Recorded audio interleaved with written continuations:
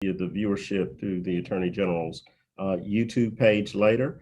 I again, as always, want to thank the members of this working group as well as the substantive staff leads who have worked mightily on that. I'm pleased to report out that I was very impressed by the larger task force meeting on Friday, and that there were a number of recommendations that came out from the outstanding work of Work Group 2 that went to the larger task force and was passed on the provisional voting as well. I'm extremely pleased today that we have with us the Durham Mayor Pro Tem, Jillian Johnson. We welcome her to our discussions today. She's going to be presenting to us a little bit later, but Mayor Pro Tem, welcome. We thank you for being a part of this, and we look forward to hearing your insights. That we have a very engaged group, and I think that you will enjoy the discourse from all of the folks that are participating in this work that we're engaged in. We're going to start with tracking the agenda. We're going to review the revised recommendations on community policing. We're going to go with that until about 1:15. Greg, do you have the ability to pull that up on the screen for everyone? Yes, it should be up now. All right. Thank you, sir.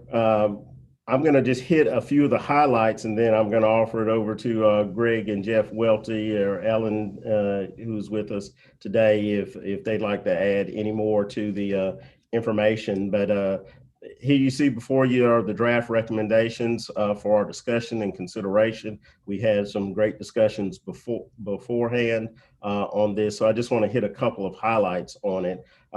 First and foremost, in the community policing concept, the idea is that community policing is a philosophy, and that for agencies adopting this philosophy, that it go agency wide, top to bottom, left to right, and not just a program in a department.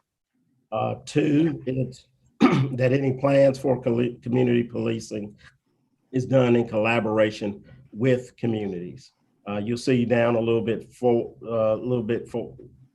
further down, excuse me, on 2, we had some discussions about trusted and credible liaisons. We had some discussion as to, one, how do you define credible and who defines credible? And so the offering as provided by our substantive leads from our staff has stricken that word as it is right now, and Jeff may have some more on that. And then we also talked about making sure that community policing programming and training is made widely available throughout the state. I just wanted to hit some of the high points, but I'll turn it over to Jeff if there are any other salient points that we need to discuss as he has led the team in this effort. Thank you, Secretary Hooks.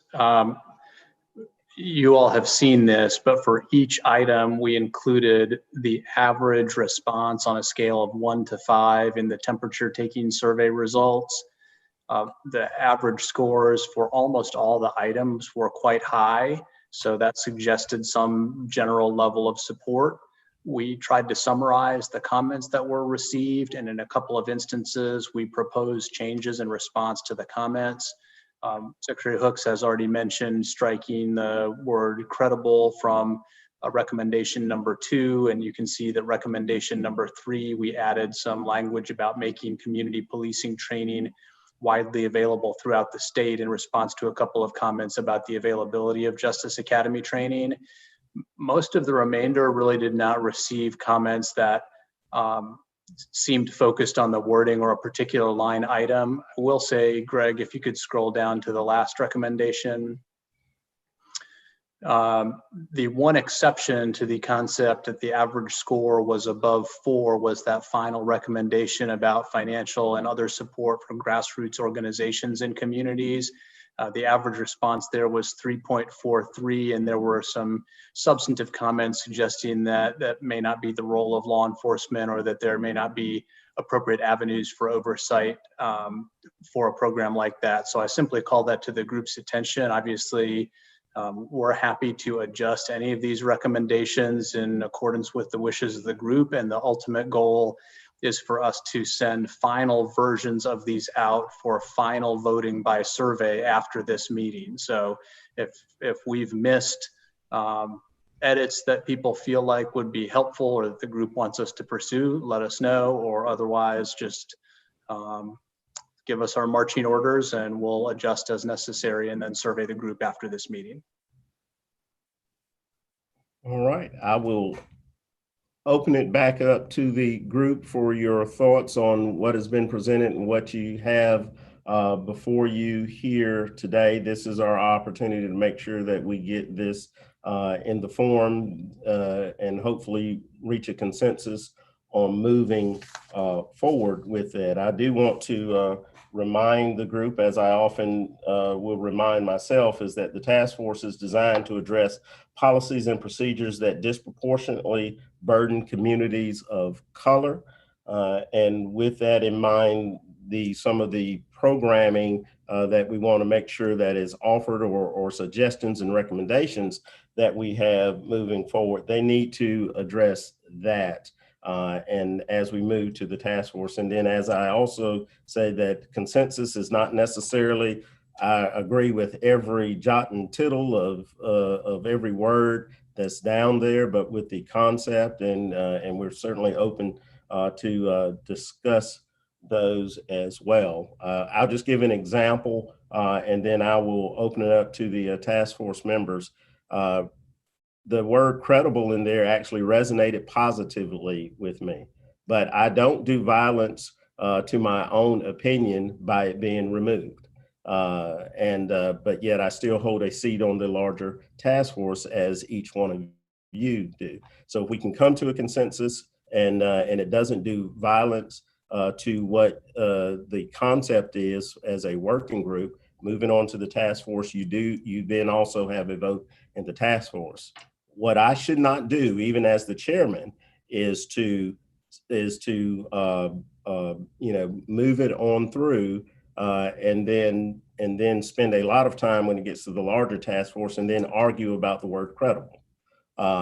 That's just part of us trying to work collaboratively as a group. And so I use myself as an example for that. I'm certainly just want us to make sure that we can move forward, because we've done some great work, and I'm very proud of Work Group 2. Other groups are doing great, but I'm extremely proud of what we've been able to do in Work Group 2. So I'd like to open it up, and if you just have some comments or some substantive changes that you really passionately believe that staff needs to address, please do that.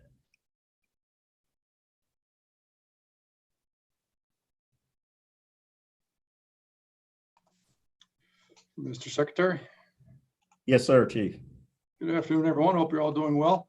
I think the whole concept of philosophy, developing policies and training and whatever, all around community policing is great.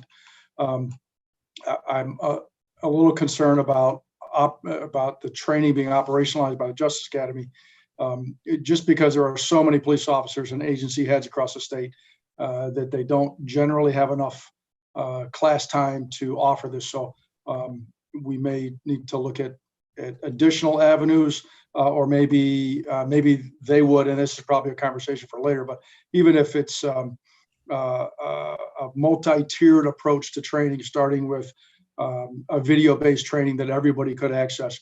And the program that's mentioned here in recommendation 3 that True Pettigrew will be a part of is a great program. It's just not offered enough, and certainly during COVID times, to get every agency head or senior staff member through it. So that's a bit of a concern. Recommendation number 5, I know there was some conversation about, well, 5 and 7, about law enforcement agencies providing funding for various purposes, which are all good purposes. But law enforcement agencies don't have funding. We don't have money that is given to us to give to someone else. So I think on both of those, it really falls upon the municipality or the state or a granting organization that has a system in place and a process to vet requests, have research-based reporting, all that kind of stuff when it comes to providing funding. It's just operationally, the law enforcement agency doesn't have the ability to take budgeted funds and earmark it for some other purpose. Chief, would it resonate better if it read something such as local municipalities, counties, and the state should consider providing financial incentives? Yes, I think so. But I also think it's important that law enforcement agencies support them. So partnerships, agreements, with some of these other grassroots organizations, for example, this listed in number 7, I think is a very good thing. It's just the funding piece of it. And then the housing subsidies, I know that's been talked about quite a bit in a lot of areas and ours as well. It's just the funding source is my only concern about making this something that would actually be actionable. Thank you, Chief. Anyone else? Any of the task force members? Yes, good evening, everybody. This is Kerwin Pittman. And I have, looking at these recommendations, what kind of strike me the most as Chief Letney said was the financial ability for law enforcement to provide, particularly number 7, to provide financial support for these grassroots organizations to implement these type of programs for their communities. I think it should fall upon the municipalities as well as grant or state funding opportunities for two reasons. We know that law enforcement, their budgets is already pretty much pre-planned and comes from whatever municipality are getting their funding from. But another thing is I wouldn't want law enforcement to be able to say, well, if we don't have enough funding for this program, we're not going to consider this program. So we're going to take a cheaper program that's implemented that costs less money. So I don't want the program to be stifled or the ability of it to be stifled based off of finances coming from law enforcement. And just the rest of them kind of seems okay. Number 5 is kind of law enforcement agencies should consider providing financial incentives. That's another thing for housing, for particular subsidies for their officers to live in particular communities. That's kind of a big jump, especially if it's a sizable subsidy that they're going to be providing, given that their budget ability. So we may need to look at other municipalities as well as other opportunities to fund that and not just put that on the law enforcement agency with their budgets. And to answer to your statement earlier, Secretary Hooks, I agree wholeheartedly. We must work collaboratively together to bring these recommendations to the larger task force. And credible just didn't resonate with me because I just didn't feel like it just was problematic in my opinion of who would deem individuals credible. But we must work together collaboratively. I know we all have different experiences and different backgrounds on this task force, and that make the beauty of this task force. And so, I look forward to working collaboratively together with everybody. All right. Thank you, sir. Points well taken and well received. I saw Deborah Maxwell. Secretary Hooks, thank you. And thank you to the members of the group. Good afternoon. I am in support of what is there. I was one of the individuals who made the comment about credible, because sometimes it's your version versus my version. For example, we have a young man who was doing wonderful work in another city. He's won Toastmasters awards. He's an entrepreneur, but he started out as a member in a gang, and him and the previous police chief would not have considered him credible. But he can draw hundreds of young people to something in a minute. So it's everybody's different versions of credibility, which creates an issue. Now everybody loves him. Shouldn't be like that.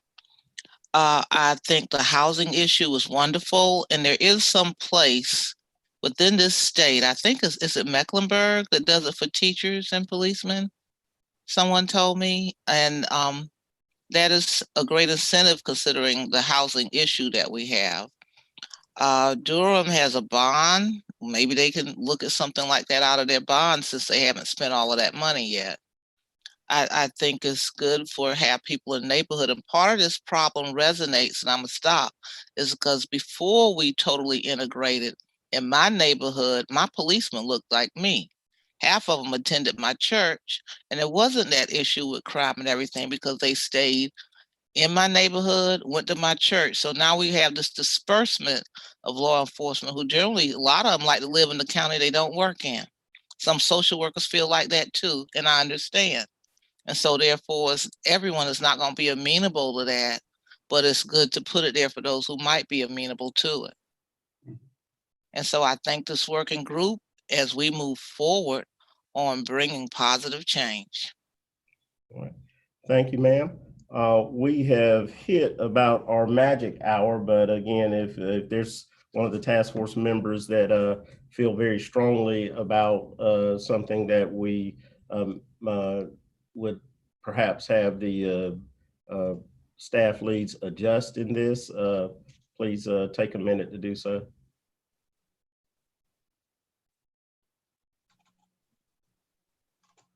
All right, hearing silence, I'm going to turn it back over to Jeff for his discernment about how we move forward with this.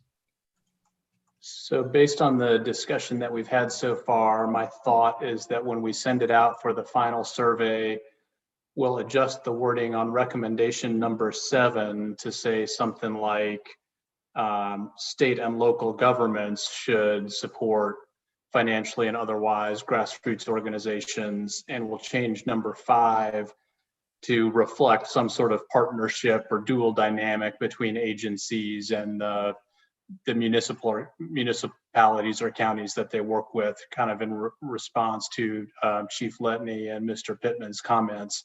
I think those are the main changes that I heard folks looking for, but if anybody has anything else that they'd like to see or think I've got those wrong, let me know now or shoot me an email after the meeting.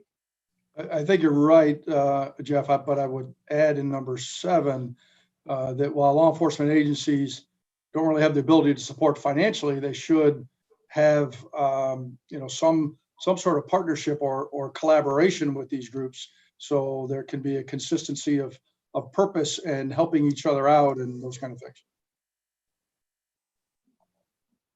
So the financial support would be state and local governments, but we should manifest a non-financial level of connection or collaboration between law enforcement agencies and grassroots organizations. Is that the comment? Yes, and certainly if there's some expectation that a group is going to provide public safety services, what does that look like? And there are certain things private groups can do, certain things private groups cannot do, and there's a time and a place for law enforcement. So working together is the good mix around local-based problem solutions, rather than private groups that are providing a direct public safety service. So I think there has to be some kind of collaboration amongst all those groups. Okay, well, we will do our best to incorporate that concept and see how everybody feels about it through the vote. All right. Thank you, Jeff. I'm going to move on to item number 3. And as it is listed, it says review the revised recommendations on reinventing public safety and violence prevention programs. However, before moving to have that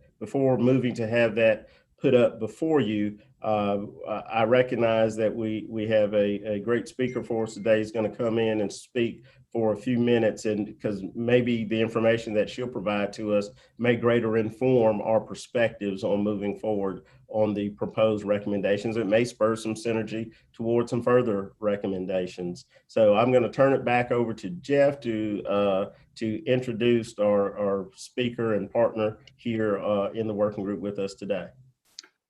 All right, thank you. As you mentioned at the top, Secretary Hooks, our guest today is Jillian Johnson. She has been on the city council in Durham since 2015 and has been mayor pro tem, I believe, since 2017.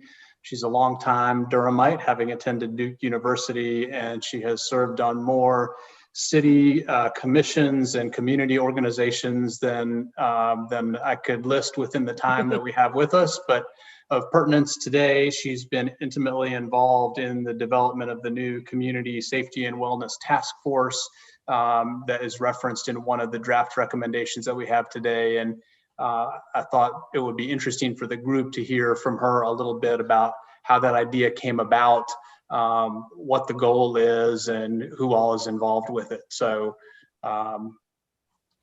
Ms. Johnson, take it away. Thank you so much, Jeff, and thank you, everyone. It's great to be with you and happy to share a little bit about the work that we are doing in Durham and the task force that we are developing over here. So the genesis of the task force was really a community organization that came to us during our budget adoption in June, I believe, maybe a little bit earlier of 2019, asking us to, instead of adding additional police officers to our police force, to invest more in community-based nonviolence work and violence prevention work. And one of their demands was to create this community task force that would provide community leadership and study and do outreach around different alternatives to policing and ways that we could build a public safety system that was less reliant on policing.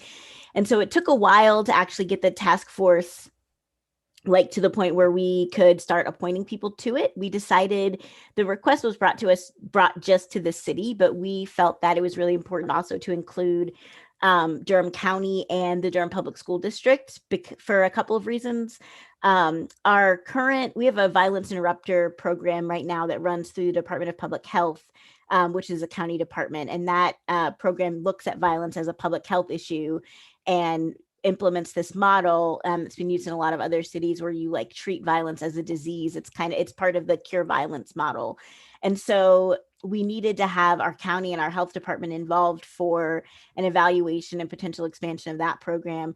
We also have right now school resource officers in every middle school and high school in the city, and community members wanted us to also evaluate that program, think about either alternatives to school policing or different kinds of training that school police might be able to engage in to make them more effective and less likely to have the teenagers or kids that they are responsible for somehow enter into the criminal justice system based on school-based infractions.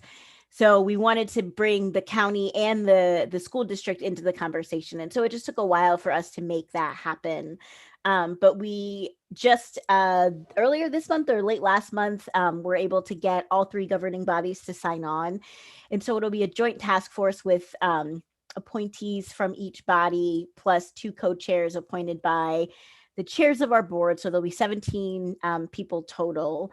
And at the request of the county, we also added a community resources panel, which will include people who currently work in our criminal legal system in Durham, and also some folks who work in some of the structures that we hope to engage in making in the transformation. So folks like our sheriff and police chief, the director of our public school system, director of public health, the director of our Alliance Behavioral Health, which is the organization that handles mental health services for our catchment area, our EMS director, our district attorney. So all of these folks who we hope to be we hope will be involved in the process of building these different kinds of safety institutions. And we've given them a pretty big charge in a 2-year timeline. And the goal of the task force is both to give us recommendations, but also to serve as the community leadership body as we implement things that we know we're already planning to move forward on. So one of the things that the city council has been discussing extensively lately is expanding our violence interruption program. That's something that we already know that we want to do, but we're hoping that our task force will come in and do an evaluation of that program and think about ways that it could be made more effective and strengthened, other communities that might be able to benefit from that program, et cetera. One of the new programs that we are working on trying to implement in the near future is a crisis response program modeled on the STAR program in Denver and Cahoots and in Eugene and other programs that send crisis workers, mental health first responders to answer certain 911 calls, generally, welfare checks or someone who's having a mental health issue, or calls dealing with homeless populations. Those sorts of calls would be responded to by a crisis worker. So we're asking our task force to evaluate existing programs and make recommendations for a program in the city of Durham. We're also asking them to conduct a comprehensive review of all of the existing institutional and community-based public health and safety resources that exist in the county and give us recommendations and think about where the gaps might be and give us recommendations for how to fill those gaps. We're also asking them to do 3 listening sessions within the first 90 days, as well as a public meeting, as well as regular public meetings as they release recommendations, to have ongoing community engagement with folks in Durham, gather information and feedback from our residents, and make sure that the public knows about existing resources that we already have. A couple of other things that we are asking them to look at. We have existing law enforcement and court diversion programs and alternative sentencing for people with substance use or mental health disorders and other related charges. We're asking them to evaluate those programs and think about how they could be more effective. And then finally, a community nonviolence mental health first aid and de-escalation training programs and interventions. So to look at the programs that we already have, and recommend other additional programs. And these would focus on residents who are most likely to be victims or perpetrators of violence. So people who live in neighborhoods with high levels of violence, people who have been identified as members of street organizations in our databases. So people who we think are at risk in various ways of being engaged in community violence. So that's kind of a broad overview of what we're looking at. We're hoping to, our period for applications is open until the end of October. We're hoping that the county and the school district have their own processes for that, but we're hoping to have everybody impaneled and ready to start meeting by the end of the year. And we're paying a lot of attention to diversity and cultural and racial diversity on the task force. We are also have several seats reserved for people who are justice involved, so that we make sure that we include their perspective, and 2 seats reserved for young people under the age of 25, because we're particularly concerned about some of the ways in which young people are being impacted by our current public safety institutions. So I'm going to stop there and just ask if there are any questions from folks or anything that I should clarify about what we're up to. Thank you all again so much for having me and being interested in what's going on in Durham. All right. Thank you, ma'am. We are excited to have you with us. And I'd like to open it up for about the next 7 minutes to our task force members. Any questions that you have, Mayor Pro Tem Johnson, or any companion thoughts or counter thoughts, we'd welcome you to bring those up to the group now.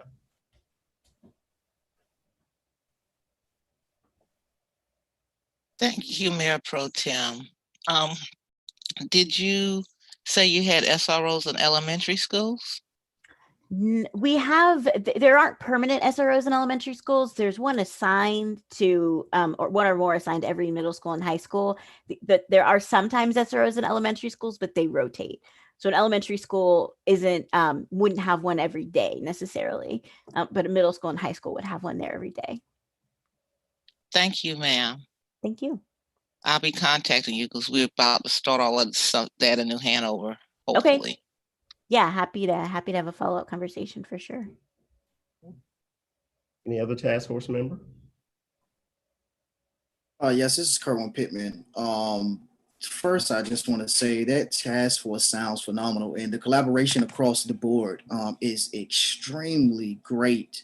If any way possible, we can look, or you could email us or the working staff leads an outline of how the functionality of this task force will work, and pretty much so I can just dive into everything you just said, really, and look at the logistical part of it and see how we can maybe implement something like this on a state level and just identify different models, or maybe collaborate in some possible way, if the working group members and the larger task force agree. But I would definitely love to see more about this. Sure. Yeah, I can send you. We have bylaws that were different versions of them, unfortunately, ended up being approved by each governing body. So now we have to have a little like conference committee to get everybody's bylaws to be the same. But we have bylaws that lay out generally what the charge is. So I can definitely send those out to y'all. We also got just like a general memo that's been circulating, kind of laying out the like the philosophy and the genesis behind having the task force. So I can forward that to y'all as well. Thank you. I just want to concur with what Mr. Pittman has said about this task force. It seems like incredible, and I really appreciate the fact that youth voices are involved, because oftentimes they are not brought to the table, and I think that oftentimes they probably have a probably more accurate perspective than I could ever have. And then also the piece of having voices of individuals who have been impacted already by the criminal justice system and have those voices also involved. I think it makes for a more comprehensive, like, voices at the table to come up with solutions that can impact communities in a much deeper way. And I look forward to getting what you are going to send in our direction, because I definitely want to dive into that one. Thank you. Yeah, we definitely wanted to make sure those voices were at the table, and the majority of the people who, interact with our criminal legal system in Durham are young people, under 30. So we wanted to make sure that we had that perspective at the table. All right. Let me go ahead, since we have a minute or so, a couple of minutes. Mr. Wells or Sergeant Garten, you have any thoughts or any questions of the Mayor Pro Tem while we have her? No, I'm just interested in your materials, and certainly if you have a recommendation based on your experience of what the task force should recommend in terms of a statewide, I'd certainly be interested in reading that. Thank you. Great, thank you. Sergeant Garten? You're on mute. How about now? Gotcha. All right. Thank you, Ms. Johnson. I really appreciate your presentation here and the understanding of what's going on in Durham. I did have one question, and it relates to the funding. You said that was, instead of adding new police officers, was those new positions or positions that you haven't filled, or just not adding more positions to the department as far as the funding for that particular part? Yeah, so that budget request was for 18 new positions, which we didn't end up adding, but we also at the time, we didn't have the task force infrastructure in place in order to be able to provide any funding to the alternatives that we were discussing. In this year's budget adoption, we did designate $1 million of future funding for recommendations that are brought to us by the task force. So that could be, expanding the violence interruption program, or the establishing the initial infrastructure for crisis response program, those different pieces. But yeah, so far we have not spent any, we haven't spent any money on this effort yet, but we know that we will need to. Yes, ma'am. Thank you. Thank you. All right. I noticed that Jasmine McGee and Ellen Spolar are with us too, while we have the Mayor Pro Tem, because I know you are interacting with the other groups. Do you have anything that you'd like to add or pick her brain on while we have her here? No, thank you so much, Jillian, for being here. The only thing I would just say for situational awareness is you all know that y'all had an initial poll on this topic, and I think, this could take a lot of different formats, but one option is to recommend that local jurisdictions take a look at this model for themselves, in addition to what might happen on any kind of statewide idea. So I just wanted to put that out there for context, that is already an idea that is is a little bit fleshed out for your consideration. Thank you, ma'am. Thank you for joining us. Ellen, or anything from you, or Greg, or Jeff? I had a quick question. Jillian, I know that, being in Durham, you've got Duke right there and UNC just down the road. Part of the mission of the task force, it sounds like, is evaluative, right? Like, are we getting a good return on investment from some of these programs that exist? Is there any thought to partnering with academic institutions to help do some of that evaluation work? Yes, we are already talking to folks at Duke about that in their data science program. We also have a great relationship with the vice president for Durham Affairs at Duke, and they have a small budget for, assisting different programs in Durham. So at some point we might appeal to them for some funding for some of the pilot programs that we want to put in, or some of the new initiatives. So yeah, I mean, I think that we have a lot more resources in Durham than I think we might expect to see in other parts of the state. I think we're in a really good position to try this out. We also have, because Durham, the city of Durham is the only municipality in Durham County, and that we only have one school district, it's a lot easier to have this sort of multi-jurisdictional approach than it might be in a county like Wake or a county like Orange, where there are a number of municipalities in the county. So I just wanted to, I think it is a great model for other jurisdictions, but wanted to point out it might be more difficult for other jurisdictions to bring everybody together if their structures are a little bit more complex. Chief, she did rightly point out that, one major police department and the sheriff's office, there's a number of police departments in Wake. Does that spur any thoughts in your mind or cause any concern that you'd like to bring up? No, I appreciate the information. It'd be interesting to see when this other task force gets going, what ideas come about, and what results they have after, I think you said, a 2-year period. And that might be something to look at in the future. While there are many different municipalities across Wake County and several other counties as well, there's very much a collaborative working relationship among the agencies.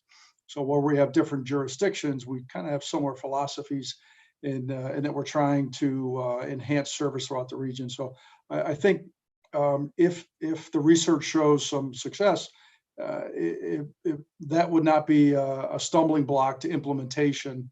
It just might look a little different than how we would have to implement, I guess. And there'd be more folks at the table and so on, but with that comes richness of ideas and more diversity and so on. Thank you, Chief. And Greg, I know you take copious notes as well as keep us moving in this process. Is there any of the areas that resonate in your mind that we hadn't covered that you'd like to round us out with? No, I will share our draft recommendations that you all voted on earlier this week. Terrific.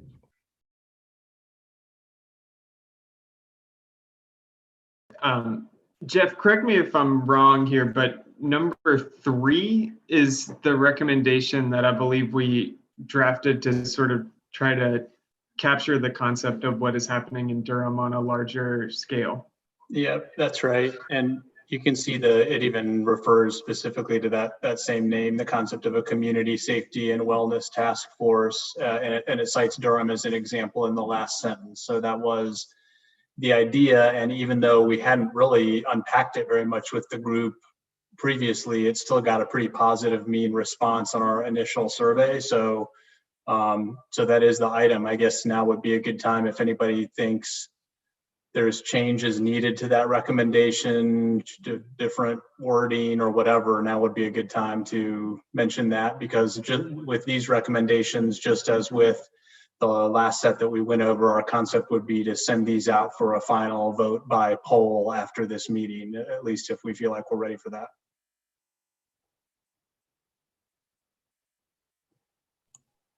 All right, I open it up to any of the task force members, not just with 3, which they are specifically asking about, but you received the recommendations ahead of today's meeting. Hope you've had a chance to look at them, but if not, look at them now, or if you need Greg to pull up any particular part of it for a larger screen, he'll be glad to help us.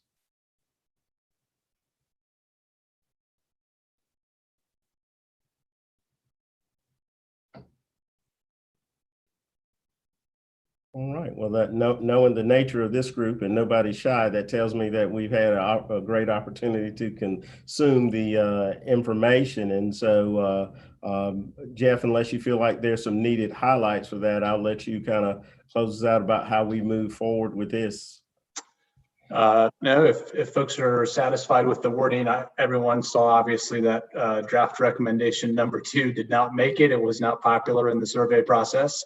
So we're recommending that one be abandoned. But the other 2, the support for violence prevention and violence intervention programs was pretty popular. And then the last one about the community safety and wellness task force was popular as well. And I think the information today has just continue to highlight the benefits of that. So we will, anyone can feel free to email in any last comments they may have, but otherwise we'll plan to get those ready and send them out for a final vote by poll sometime after this meeting. I do have one question about number 2, if I may. Yes, sir.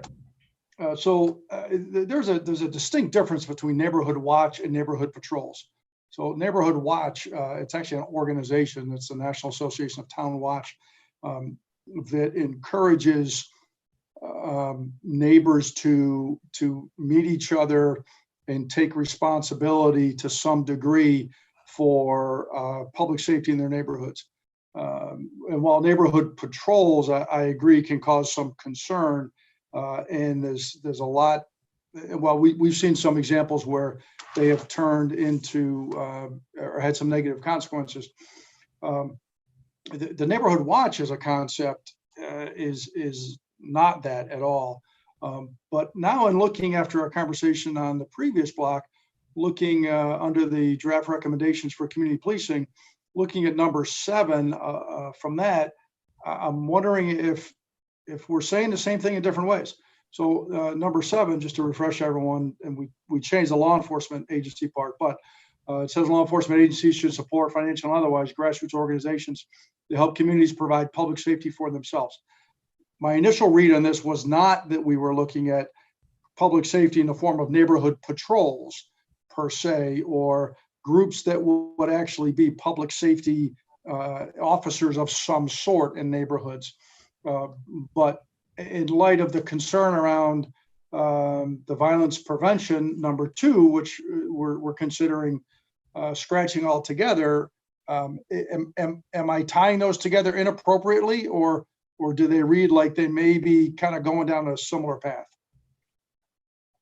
I'll certainly let others weigh in, Chief, but I can certainly see how the number 7 on the previous response, grassroots organizations, those could include Neighborhood Watch. And so I don't know if maybe at a later date, or if it's the will of the group to add in Neighborhood Watch to this, but I don't want to spin down path of relitigating the patrol part. I think we're all good with from various perspectives of killing that part of it, Yes. at least for this discussion. Can we be informal right quick and ask for a quick thought on whether or not we keep watch in here to some degree, or do we, while they're working on the language, or do we move that to a further meeting, which we will have a cleanup meeting, so to speak.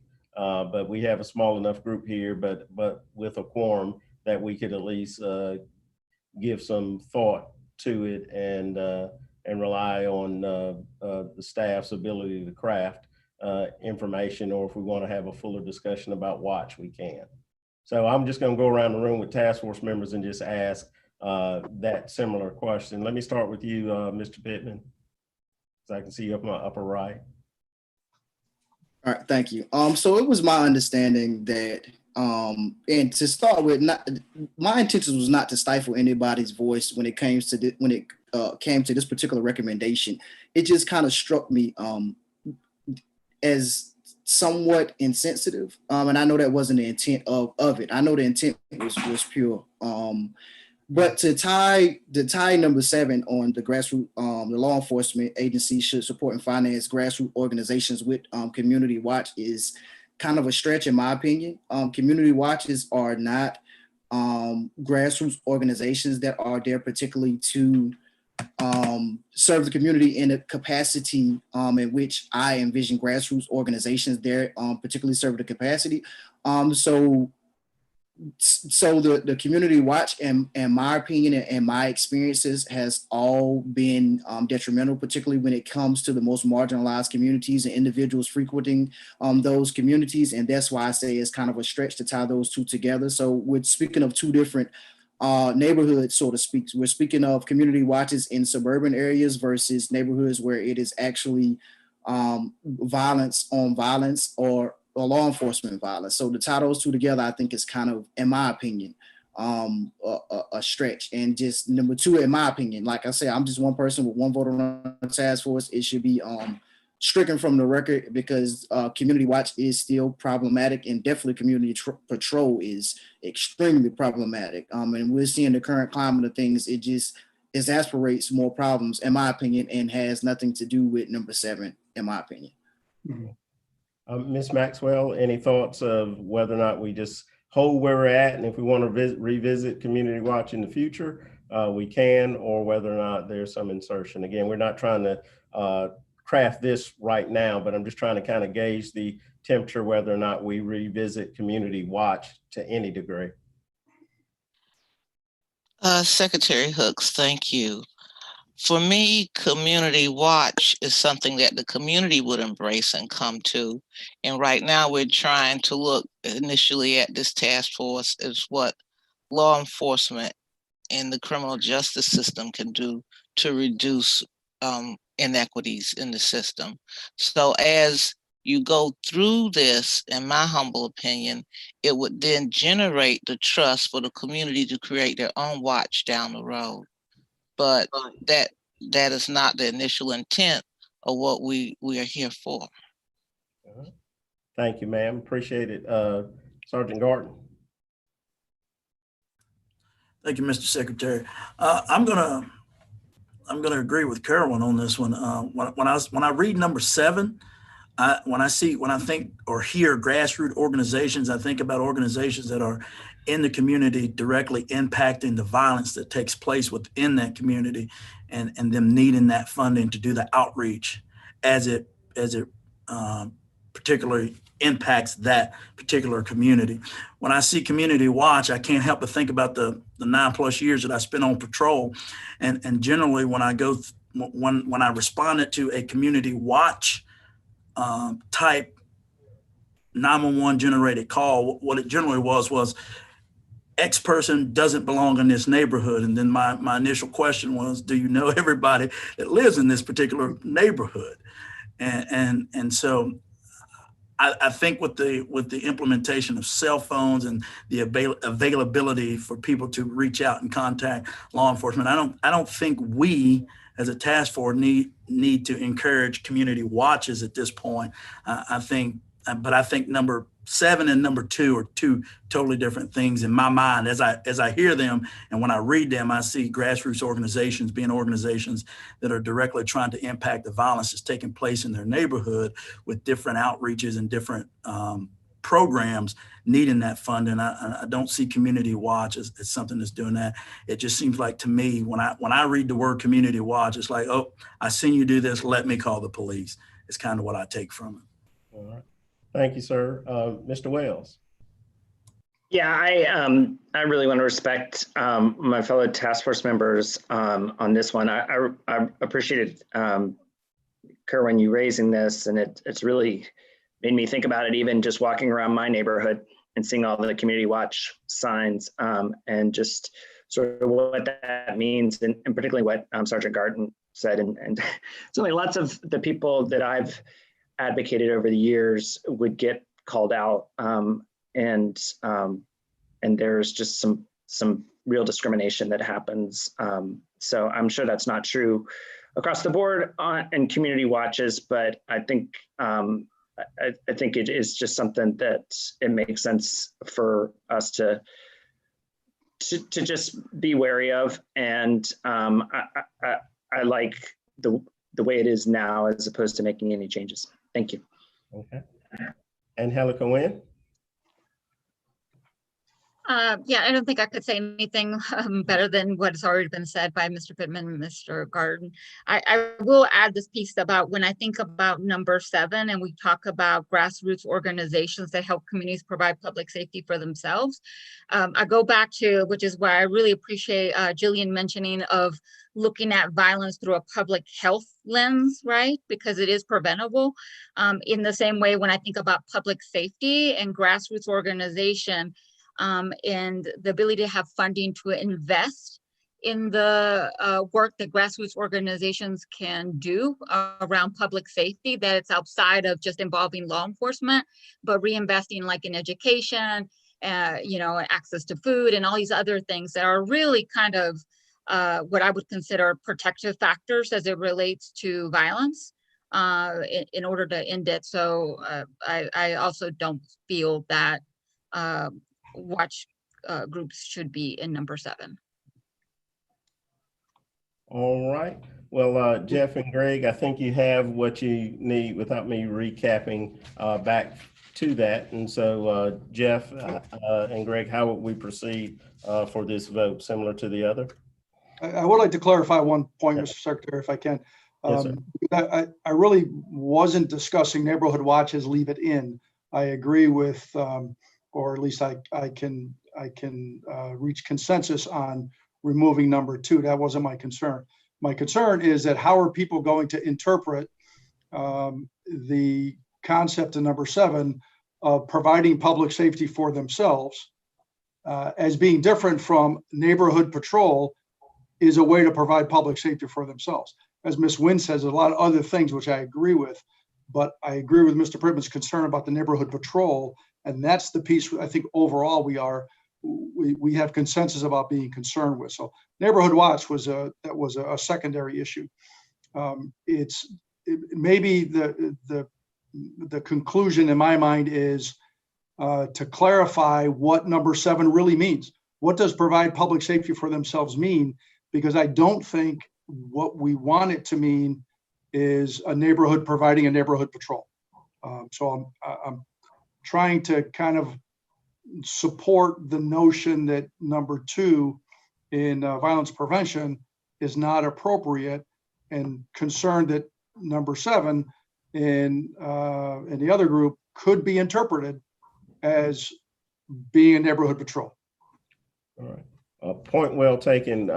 Maybe Jeff and Greg, we can come up with some declarative statement, or on the converse, a value statement that would lead people to have a greater understanding that we're not talking about establishing those patrols in public safety. And I'll punt the wording to you all, and maybe we can socialize that out amongst a few experts to get it in its right form for vote. Yep, we can take a crack at that. And I think you've mentioned previously, Secretary Hooks, that we have a cleanup meeting at the very end. So if our next crack at it, when we send most of these recommendations out for a final vote, if that doesn't meet with the satisfaction of the group or people want to talk about it more, it's something that we could potentially come back to. But we can take a crack at doing something with number 7 that addresses the concept of not embracing the patrol concept there. And when we send everything out for the survey, you all can see what you think of it. All right. Go ahead, Mr. Wells.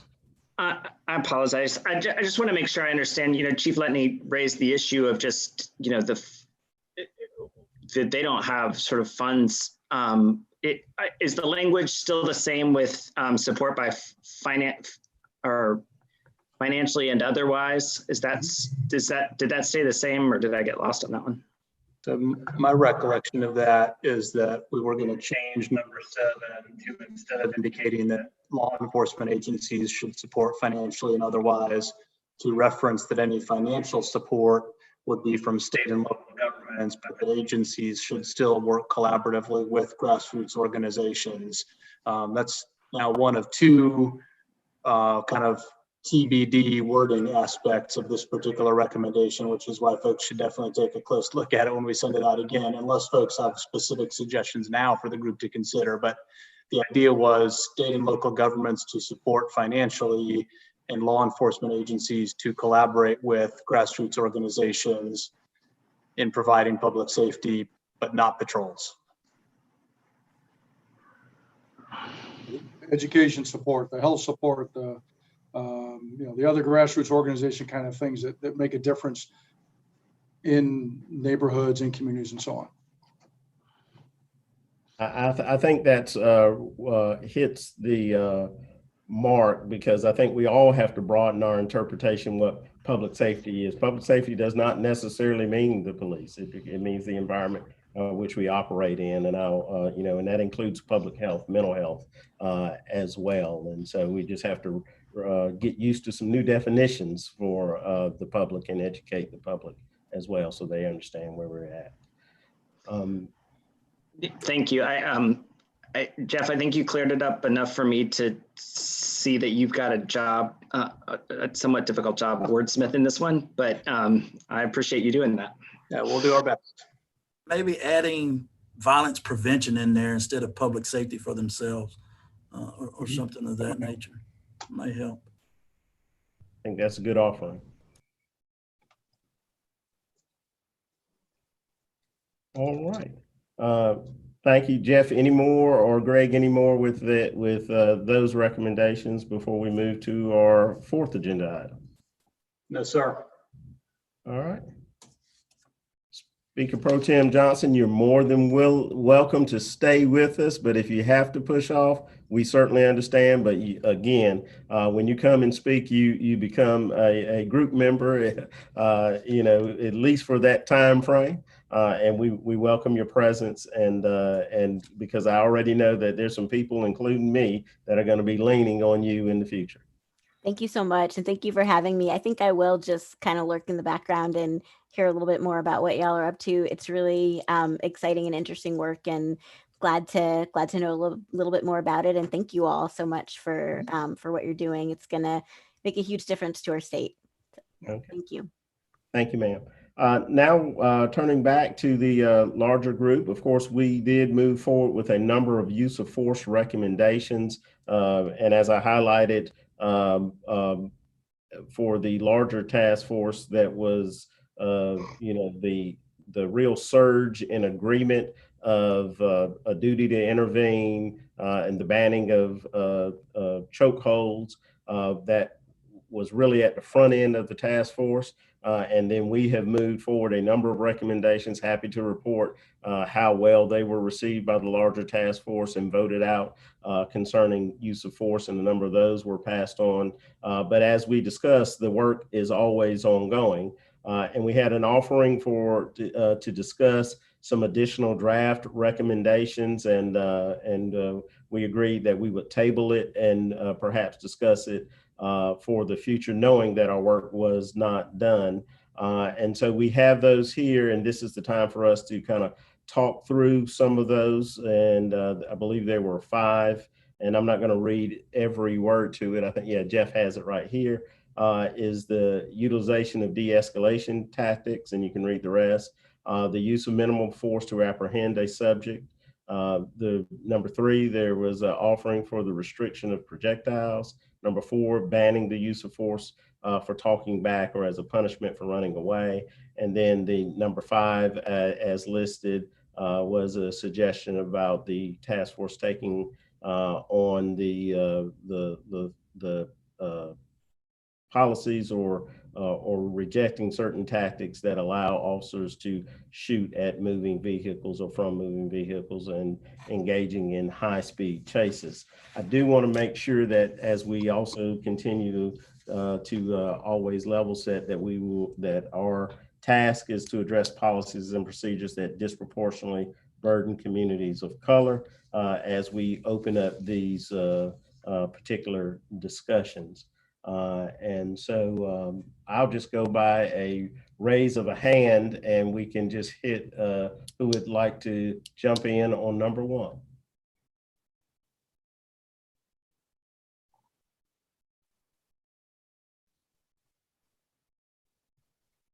All right, Mr. Pittman. I'm sorry, I was looking for the raise hand feature, and I thought I could just raise my hand. So initially, when I viewed these recommendations, I wanted to make sure that it considerably met the charge that we was tasked with, and in my mind, it was justifiable for each one of them.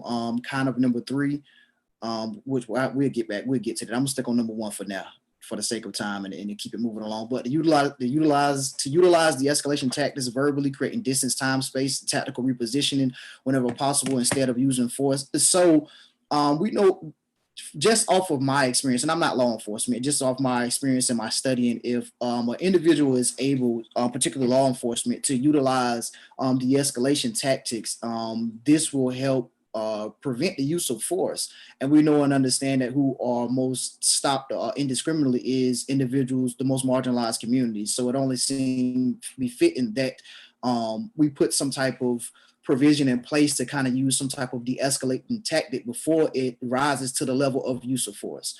So it should always be preventive. Instead of reactive, it should be proactive. And in my opinion, this was just one of the models of being proactive to do these type of de-escalation trainings and different things in that nature. Thank you, sir. And it's not that I disagree with Mr. Pittman. I'm just going to throw this out for discussion, because do we feel like the policies or recommendations that we have passed already, and then also the forward movement toward accreditation, already covers these issues, or do we need to make proactive stance or statements about each of these issues? And we'll just start with number 1, keeping in mind that I don't, and we've done it to some degree. We've had some strong recommendations, broad recommendations about the banning the use of chokeholds and also the duty to intervene. So we are promulgating some specific guidance out there that we want all departments to have. But I don't know how you all feel about whether or not we're trying to create omnibus use of force de-escalation policy for every department to adopt, or whether or not these are guidelines that they adopt within a larger framework. So I'm throwing that out there for discussion, not my vote. Mr. Secretary, I'll speak to number 1, and then of course I've got a little bit to say about each of them. Use of force just is my wheelhouse here. We have to be very careful. Number 1 is one of those situations that is covered on many different levels as it relates to the escalation and de-escalation of force. But one of the things I want us as a task force to kind of think about and to keep in mind too, as subject matter experts, the application of force is not necessarily an abandonment of de-escalation. The application of force can also be de-escalation in and of itself. A lower level of force applied correctly can prevent a higher level or an escalation of force, which in fact is de-escalation. And so as a task force, we have to keep those things in mind, that these situations are fast moving, rapidly evolving, and de-escalation is generally the chosen path for most encounters. However, just because we witness an application of force doesn't necessarily mean it was an abandonment of de-escalation. De-escalation, the application of force by itself could be a form of de-escalating. Maybe a lower level of force applied correctly kept that officer in that particular situation from having to go to a higher level of force, which by definition would be a de-escalation technique. Thank you, Sergeant Gordon. Anyone else like to weigh in on number 1? Mr. Secretary? Yes, sir. I think to your point of our other recommendations, I think those are Those are very good. Those are very specific. With some concern, as Sergeant Garten brought out about number one, I think what this does is a little different. This one tends to encourage creating a philosophy or a culture where de-escalation is the first choice, which in many agencies it is, maybe in some it isn't. But I think we can support that philosophy, that concept, that culture, but understand that there are times where different levels of force are appropriate. As the sergeant mentioned, putting words in like whenever possible is important, because we can't be specific about every situation an officer faces that he or she would have to use force. So that gives really some guidance, but also is open to understanding that there are times where force is necessary. And as we said before, it is almost always a reaction to someone else's resistance to the officer in the first place. All right. Would anybody else like to weigh in on number one? Well, I just, for me, in the sense that we're trying to reach the goal that we're trying to reach, how do we create a culture where, and I understand that de-escalation each situation is different, but even then, when you have to make split-second decisions, I'm just trying to figure out, like, how do we create a culture where de-escalation is kind of the first assessment that you do? Like, does the situation arise where we can first lean toward de-escalation and not, then obviously there are other things that come into play. And how do we create that culture? Do we create it through accreditation? For me, obviously not being a law enforcement officer, it's a little bit harder to start making recommendations around distance and time without having all the information, if that makes any sense. But I do feel that anything that we can recommend that would create a culture of let's look for de-escalation instead of escalation. And I'm not saying, again, I'm not a police officer, so I'm not in there day in, day out, but how can we look at the situations we encounter with the lens of, is de-escalation an option, and how do we proceed with that if it's a viable option? Right, and point well taken. I do believe that that it begins as a value statement, and if that's a value statement that we choose to make as a task force, that can be sustained and promulgated through the accreditation process. And then the other thing accreditation does, it not only just has somebody respond, yes, we do this, it makes you prove it, that this is what you're doing.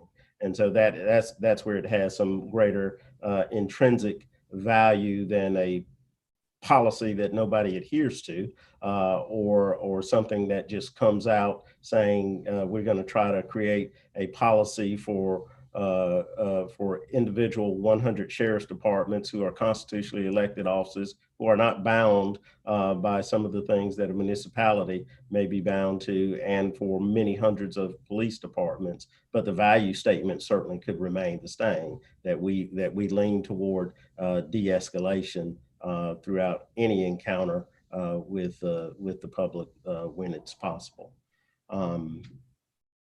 I'd like to open it up to anybody else and give it an opportunity to weigh in before we move on to number two, just for the general discussion.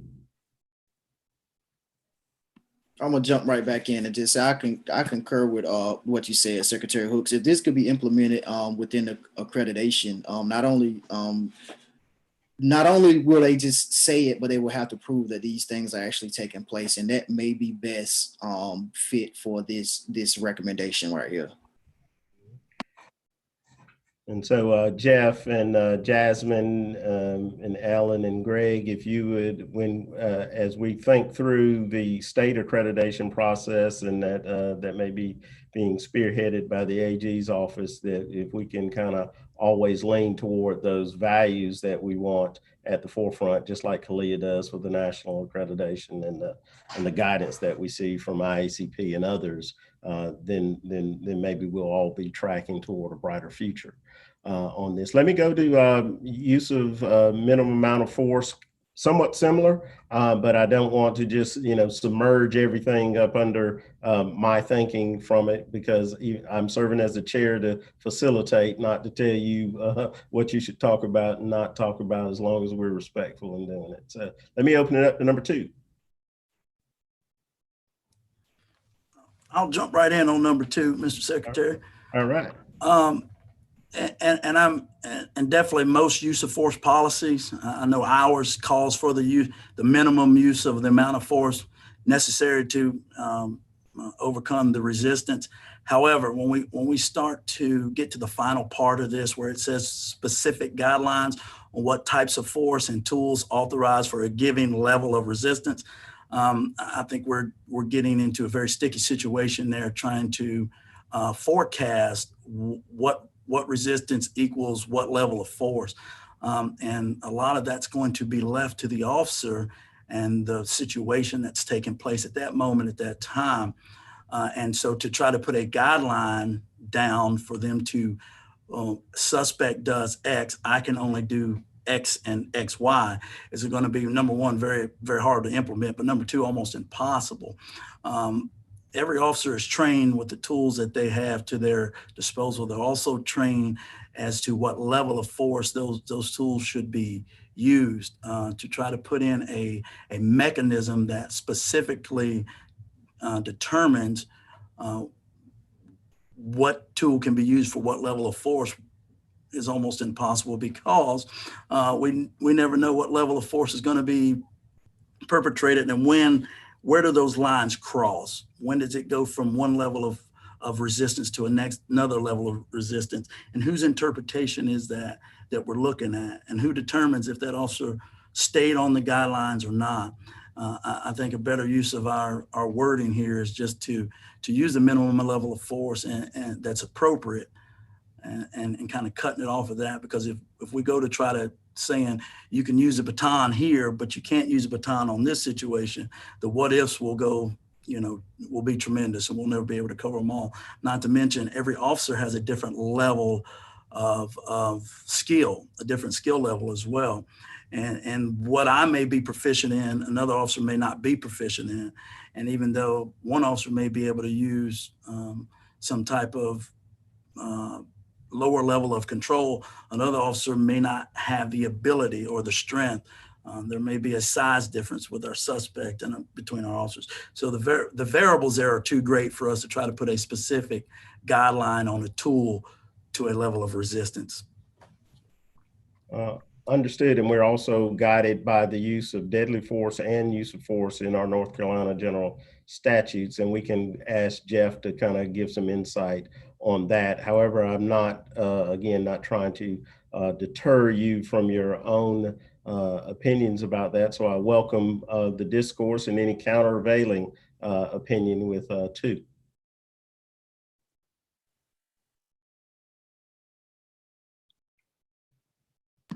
Again, this is Kerwin Pittman. So upon viewing this recommendation, to use a minimum amount of force to apprehend a subject with specific guidelines for the types of force, particularly the tools is kind of given, and that right there will kind of be will kind of lead to a bunch of what ifs, but specific guidelines for the types of force when we're utilizing these, be it deadly force, or be it, we want to make sure that the minimum amount of, in my opinion, that the minimum amount of force is actually used. And so I don't know if this will kind of fall in line with the purview of number one with accreditation, or if it's specific guidelines when it comes to accreditation with using a minimal amount of force on any particular subject. So we may need to look at it in that vein if possible, just in my opinion. I think that's well received too, as well. I can understand, the concepts, and then the reality of it is different departments have different tools. Some departments, you may use pepper spray, and some may or may not have a taser. And so it's hard to kind of scale up for, hundreds of police departments and sheriff's departments to get the specific consistency that a singular policy would be. But I think the value statement kind of remains the same. Mr. Secretary. Yes, sir. So I think Sergeant Garden explained it very well, and he is a subject matter expert on this. So I will just say I support his comment, as well as yours, that we have general statutes that address this. We also have very clear Supreme Court guidance that any use of force must be both reasonable and necessary. And that has been the guiding philosophy throughout all kinds of situations. Within that is it's generally understood that the minimum amount of force is what is to be used. So clarifying that, supporting using minimal amount of force that is both reasonable and necessary, I think not only ties into what the sergeant is saying, what you were saying about the general statutes, and also supports the Supreme Court decision and then the several Supreme Court concepts, discussions, and cases they have worked on for decades. All right. Thank you, Chief. And does anybody else have anything for 2, or are we good to move on with 3 in the discussion? All 2 right. and then possibly 3. Okay. We're here because the state, while it has the guidelines in, what do you say, the General Assembly state laws, I believe earlier discussion said that department to department does not have a definite considerate line about use of force. Everyone fluctuates in how they see it. Was that earlier discussion at another point? And that is why we came to this being here, because there was not consistency across the board. Yes, we have guidelines, we have this, but we've also had numerous people of color in this state and across the country where use of force, maybe if it was more delineated, people would still be here today. Thank you, ma'am. And I think that may fold in well with number 3. Now, we did have a reading on that and about police often breaking their own rules using rubber bullets. It does point out that even in the reading that we had, that there were rules in place. And so I open it up to number 3 about the banning of the use of projectiles being used at head, neck, face, and spine. Sounds certainly reasonable, on its surface.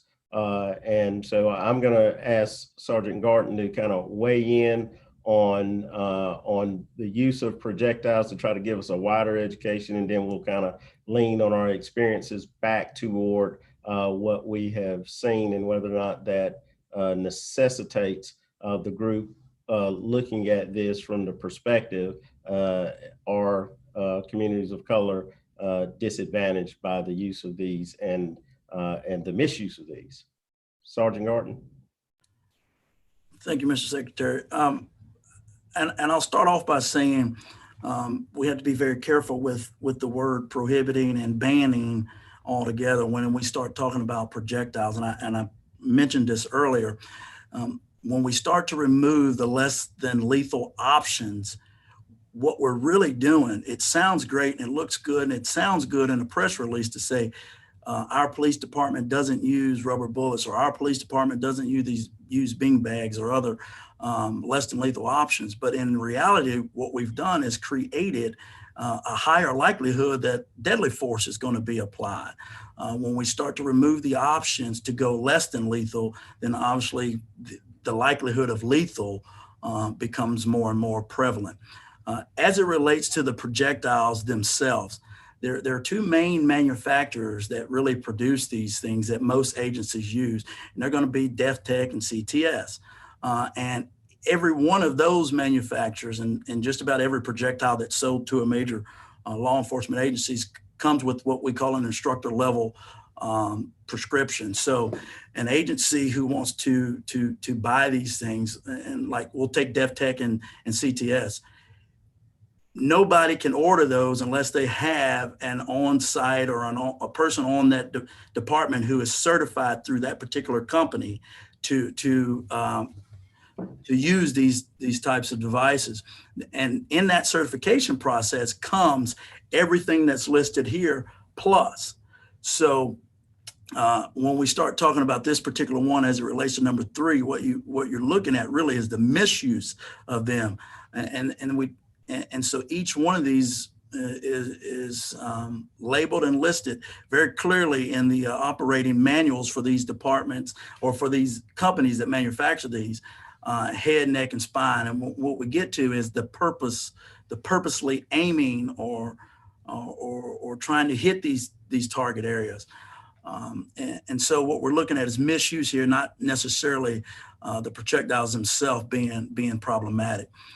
And I don't know of any agency that has these things that doesn't have these policies in place as far as what we call the target areas. And then there's what we call the no zones. The head, the neck, the face, and the spine are always going to be a no zone. I don't know of one less than lethal option that recommends using or deploying them in those areas. So this may be a moot point as it relates to number 3, because every agency that I know that uses them already restricts these areas. And so if we're seeing this as a problem, it's because they're being misused, not necessarily that their rules are not already in place as it relates to the use of projectiles. But I think we got to be very careful when we start talking about banning the use of projectiles altogether or prohibiting it. Thank you, sir. Would anybody else like to weigh in after we've received some of the education from Mr. Garton about what is required for departments to even obtain those? Is it more a misuse? And this is how it's kind of laid out. It's more the misuse. Is it should internal affairs, criminal investigations, or consideration by DAs needs to be enhanced concerning this? If the rules that come along with this equipment are already in place, or the experiences in our community different?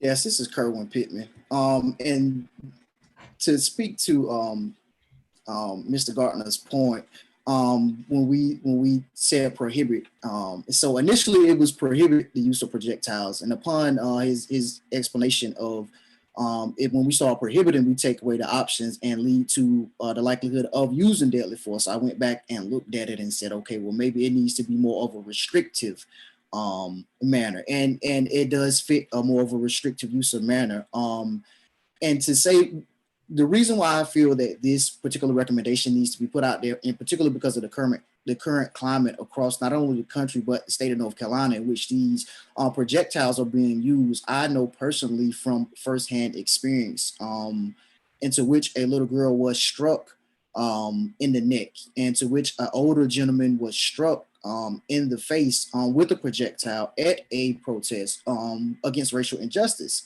And so for us to just scrap this, I feel would be a disservice to individuals to which this does happen to. We don't understand that it may be guidelines in place to utilize these things, but yet they still happen. And so for the task force to make a larger recommendation and statement, and to put that in place now to consider the purview in which it falls under might be another discussion. But we definitely, in my opinion, should make a statement to say that these projectiles should be restricted from use within particular individuals' head, neck, face, and spine areas. To not say this says we take a stance that they could be utilized within any areas in these fair games. And that's just my opinion and my experience from actually leading these protests and actually being at some of these protests and seeing the aftermath of individuals' faces being hit with these things and actually seeing what's being shot with these projectiles. All right. Thank you, sir. Anyone else? I would agree. I think that there's a lot of value in being able to be very specific of where they shouldn't. I mean, I'm saying that you're prohibiting the use, but at least being very clear of which areas should not be shot at, especially when I think there's this notion that because they're rubber bullets or that they don't cause harm. And the reality is that they do. People are going blind and I mean, the level of physical and emotional damage that it can have, that, and reading the article that was sent out as well, is that oftentimes that there have been instances where they were misused, and in the way that they were shot at. And so I think there is a lot of value in being very clear around where not to aim it. If we're not going to prohibit it, at least somewhere along the line, state that don't aim it to the head, the neck, face and spine, would be very much value. I moved here from Atlanta, and it was just horrific to see what was happening literally one house down from my house after the death of the man at the Wendy's. And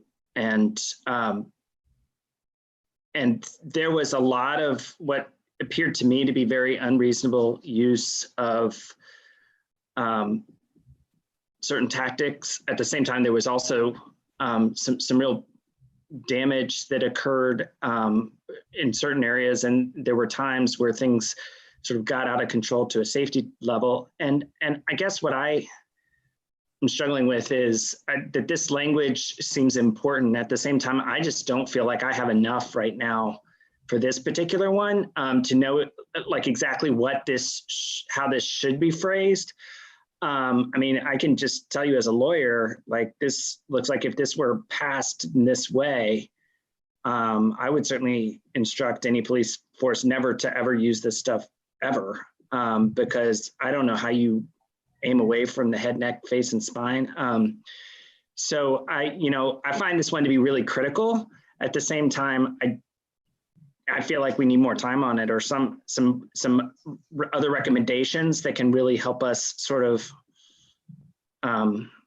think through this one. Because I think I agree with Mr. Pittman. This is really, really important, but I also feel like we're just not quite at the language that it needs to be, and I don't know what that language should be. Mr. Secretary, can I offer some clarification? Yes, sir. As an instructor of these, many of these projectiles, there's no issue with what is stated here. If we simply just say adhere to the manufacturer's recommendation that you do not target the head, neck, face, or spine, Great. we're gonna be perfectly fine, because everyone that I'm certified in, and I'm pretty sure that almost everyone that's sold, they have recommendations and prohibit these areas. So we're on the right path.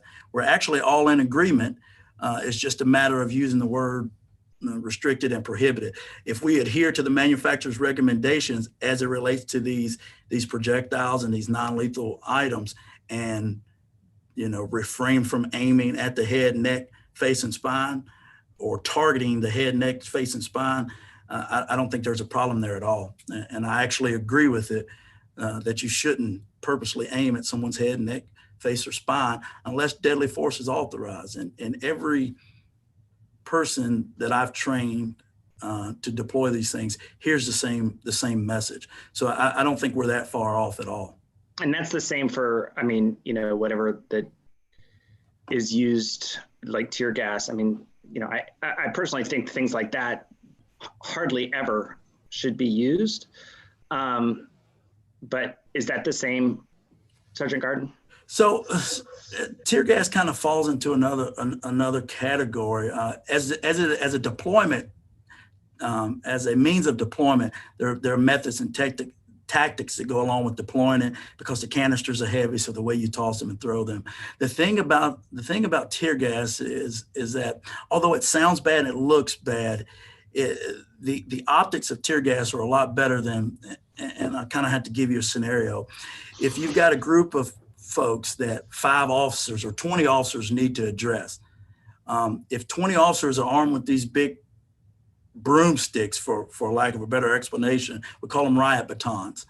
and I send 20 officers forward in a riot control formation to address this crowd. Say there's 100 people in that crowd.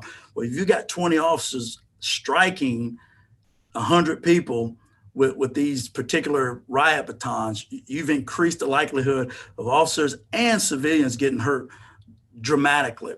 If I need to address that crowd, I can use one can of what is called tear gas. It's really CS gas compacted with smoke, and have that crowd reduced by half, if not more, simply by the tear gas being deployed. Now we've got less people that really have to address, and we've got less people that run the risk of actually having been struck with the riot baton, for lack of a better word. And so, although tear gas may seem like an extreme use of force, it's really deployed in an effort to kind of reduce the likelihood of officers really having to go hands-on and increase the likelihood of the citizens plus officers being injured. The less people you actually have to physically put your hands on or hit with that stick, the less people that are actually going to be injured.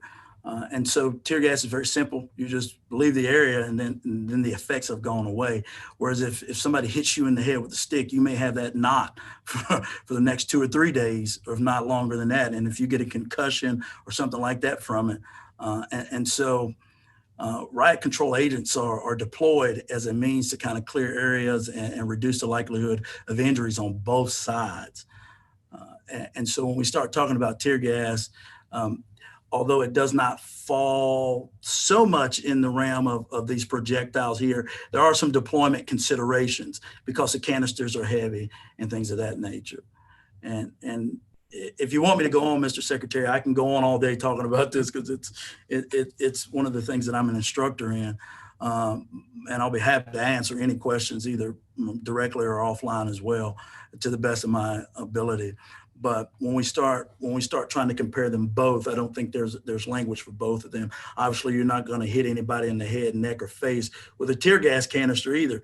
They're not meant to be deployed like baseballs or softballs.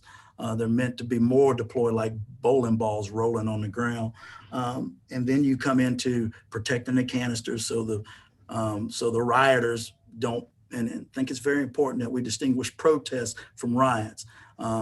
Because some of the protests got a bad rep because there was rioters there, and so when those canisters are deployed, then you protect them with these projectiles, if that makes sense.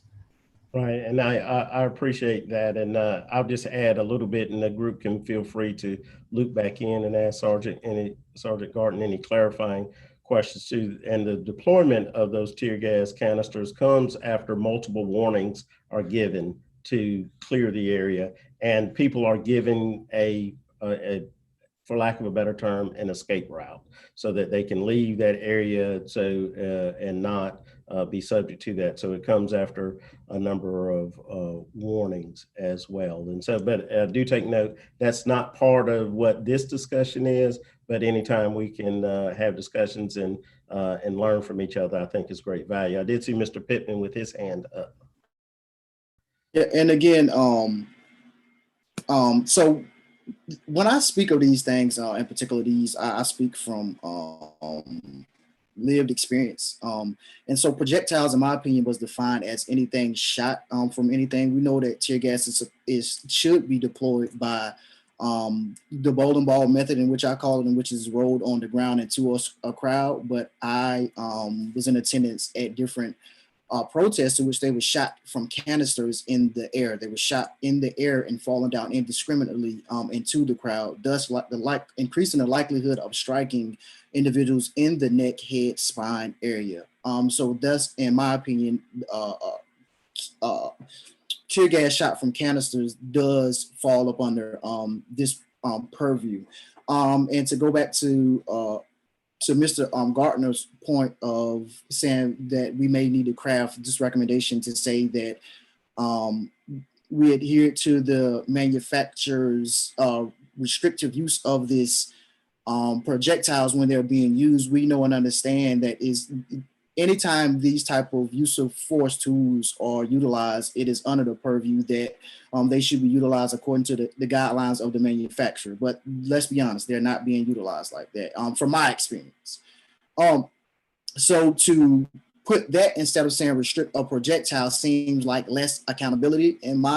Just to me, it seems like less accountability to say, well, we're gonna adhere to the manufacturer's guidelines when using these projectiles versus a restriction of these projectiles in this area, this, and this. It lays it out more clear and concise as to what not to do, in which the manufacturer, and not to say that it doesn't lay it out clear and concise, but you have to do a lot of divulging into different manufacturers' policies and how they may see the use to, whereas by us saying a restriction of these projectiles, particularly to the head, neck, face, and spine, we actually lay out what particularly does not need to be targeted, and it is clear and concise. So it is just a lack of accountability if we change it to the manufacturer's perspective of how it should be utilized versus just saying a restriction of these projectiles because of X, Y, Z, in my opinion.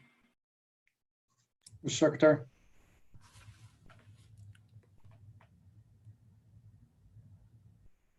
Go ahead, Chief.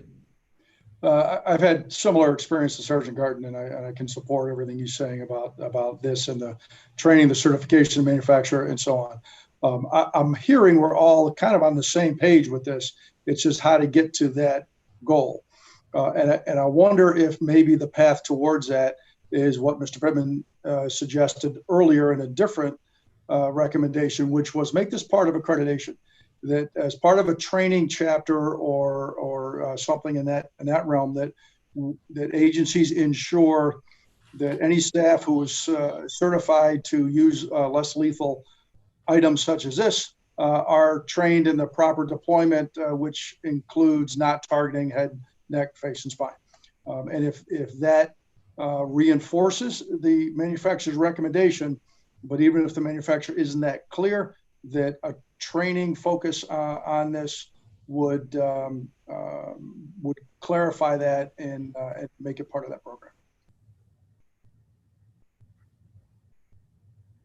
Thank you, sir. All right. I'm without seeing any other hands raised, I'm gonna pivot on down to 4.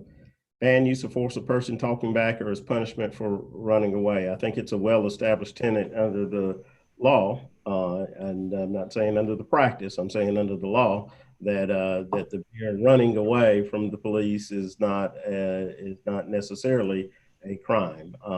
But however, there are certain circumstances, and I wanted to make sure that we had this fleshed out a little bit more as opposed to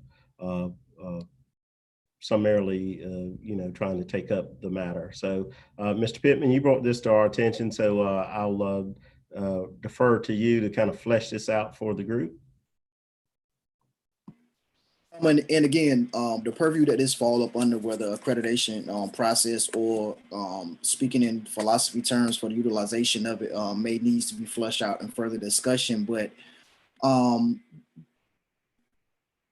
we know and understand it in theory it's not supposed to happen, but in practice, with my personal experience and just knowing the experience of others, this has happened.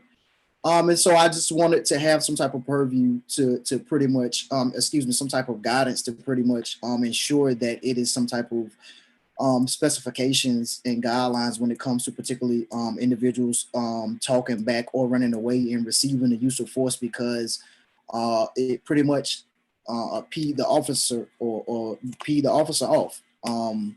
And so this right here, and in particular, we know and understand that a lot of people who are targeted disproportionately is those that are marginalized communities, particularly in what we call the ghettos or the hoods in the urban areas. And so to put some type of provisions in place for these individuals, it seems like only a basic necessity to make sure there's some type of guidelines and guidance. Like I said earlier, now the purview that which it should fall up under, be it accreditation process, philosophy, theories. Now that may needs to be flushed out a little more with discussion. Okay. Does anyone else? Would anybody else like to weigh in on item number 4? I'd say that there's already a ban, so it is clearly against the law to use force on someone for these purposes. So And I think if you ask any police officer across this country if they can use force for someone or on someone who's talking back or merely running away, they would say absolutely not. So I think while it's important to reinforce, it's unnecessary as a recommendation, because these recommendations will come out and agency heads or officers will look at them and they'll say, yeah, I know that's already in the law.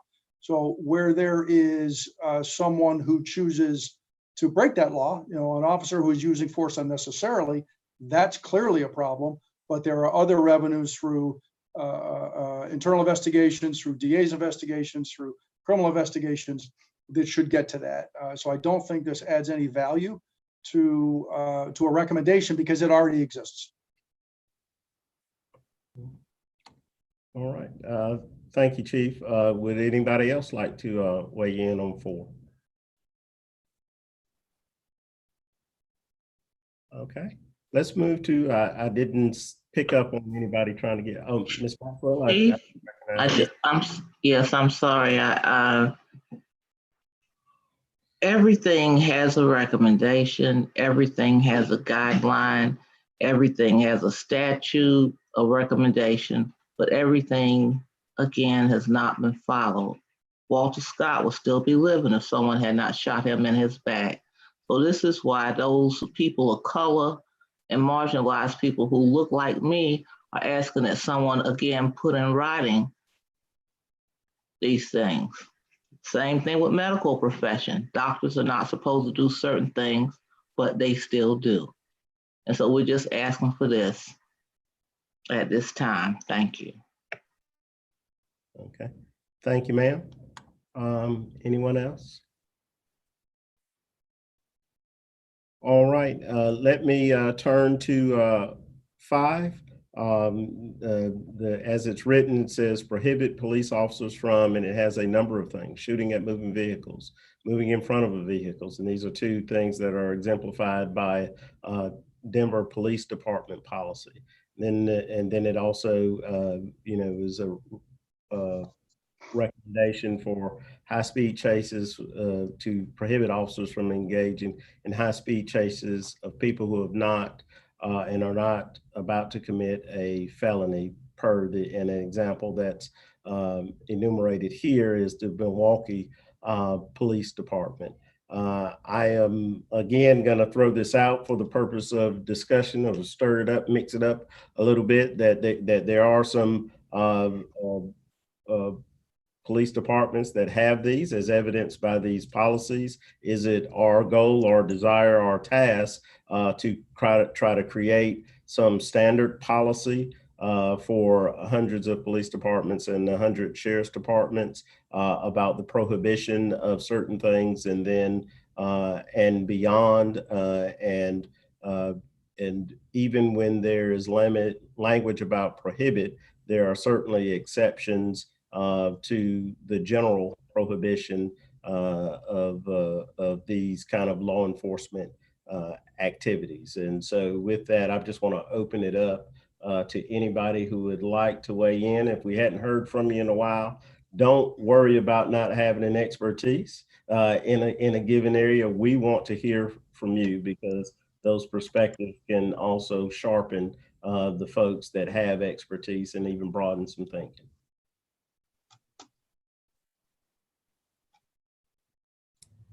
Well, I'll jump right in then, Mr. Secretary. I try to give a few minutes there, a few seconds there, because I feel like I've been talking too much. But I'll say that the Raleigh Police Department has a very strict policy as it relates to vehicle pursuits. We only really engage in them for the very, very violent felonies. And so just being felon is not good enough. It has to be a violent felony before we get involved in a vehicle pursuit. But there are some agencies here that will chase you for just not pulling over. And so when we start looking at the moving vehicle, this agency has been back and forth on that as well. We do not shoot at moving vehicles as a standard rule, as a standard policy. unless there's some specifics that go along with that. And that's avenues of escape. That's if there's another means of deadly force being used against you in conjunction with that moving vehicle. And then we have a very strict policy about placing yourself in front of moving vehicles as well. And again, there's some specifics that go along with that. Do you have the ability to get out from in front of that vehicle? Did the situation or the scene cause you to be placed in front of that vehicle, being in an alleyway or something of that nature? But there's going to be very few incidences where you're going to find yourself in front of a moving vehicle and be right under our current policy. I don't know. I kind of go back and forth on these policies as well. I don't like the word prohibited because it doesn't always give the latitude for the situations, and it's easy for us to make these recommendations. However, we may have some unintended consequences by throwing the word prohibited on not shooting at a moving vehicle without being very explanatory on the exceptions to those rules. And so if we were going to use the word prohibited, and our policy does, but it's pretty specific on when those when that prohibit kind of rolls off of there, and it's really one or two occasions. So if we're going to use that word prohibited, if we're going to recommend these things, we're going to have to really get into the weeds on what prohibited means in certain instances of where deadly force is authorized. This is Tally. I'd be interested, Sergeant Garden, if it's not too difficult to see those policies the way they're written for Raleigh or Wake County, because I certainly think that in most instances, I would want these prohibited, and I may want, think that they should get prohibited in all instances, but it would be helpful for me to see the language that y'all are using, since you have so much training and have thought these things through pretty deeply. Because one of the other things I'm very interested in is that these are not just recommendations, that folks take these recommendations really seriously, including law enforcement departments. And I think at least thinking these things through in a way that it sounds like Wake County has done, I would be very interested in seeing. And let me just clarify that when I say the Raleigh Police Department, I'm not talking about Wake County, because those are two different entities. Thank you, Raleigh. And I will get up with the legal folks, and if they allow me to actually send you the policy as it's written, I don't have a problem with that at all. Thank you, Raleigh. Yeah, this is Kerwin Pittman. I just want to jump in right here quick. So this recommendation came to mind with the understanding that those who are disproportionately targeted and stopped, and to which putting in encounters where incidents like this can take place, we know and understand that meets the purview of our tasks. So just listening to discussion, and I understand the word prohibition may lead to other offshoots of different methods and alternatives that we have to dig into the weeds on, but by all means, let's get into the weeds. If getting into the weeds, in my opinion, can save someone's life, let's get into the weeds. This is our task. This is what we charge with. Particularly this working group is to tackle these hard issues, and not to say no other working group is tackling hard issues, because they are. But we really need to look at this, and if it takes to getting into the weeds, then bring them on. I got my weed whacker. Let's get it. Certainly appreciate that perspective as well. Is there anyone else? Mr. Secretary? Yes, sir. I think most accredited agencies already have a guidance around shooting at moving vehicles or from a moving vehicle or standing in front of moving vehicles. Denver's policy is actually fairly normal, fairly routine, I guess, in policies I've seen across the country. And it does include an option if deadly force is being used against the officer. So it's not a straight out prohibition, but as Sergeant Garten said, it does carve out the few instances where it may be appropriate. But also officers will always have to justify their use of force, and certainly their use of a firearm. With those two, and the language that's in the policy and standard in law enforcement policies around that topic, I think it makes sense. The bullet and high-speed chases, I have some concern about for a variety of reasons. First of all, I'm struggling to understand how that fits with the charge of the task force. High-speed chases are always started by the person refusing to stop, not by the police. So the police choose to engage in the pursuit rather than let someone go. And there's a variety of reasons why or why not. And there's a variety of policies around, as the sergeant mentioned. But there's also some research that says an agency or an area that has restricted pursuit policies actually increases pursuits, decreases traffic safety because of those pursuits and so on. And in some cases may have increased crime because suspects know that the police aren't going to stop them or aren't going to be able to stop them if they don't stop. Milwaukee's policy is understandable for an urban environment, but it's not a one-size-fits-all. And across the depth and breadth of agencies in North Carolina, one strict prohibition like that may not serve public safety throughout the state. And in fact, I know it won't serve public safety.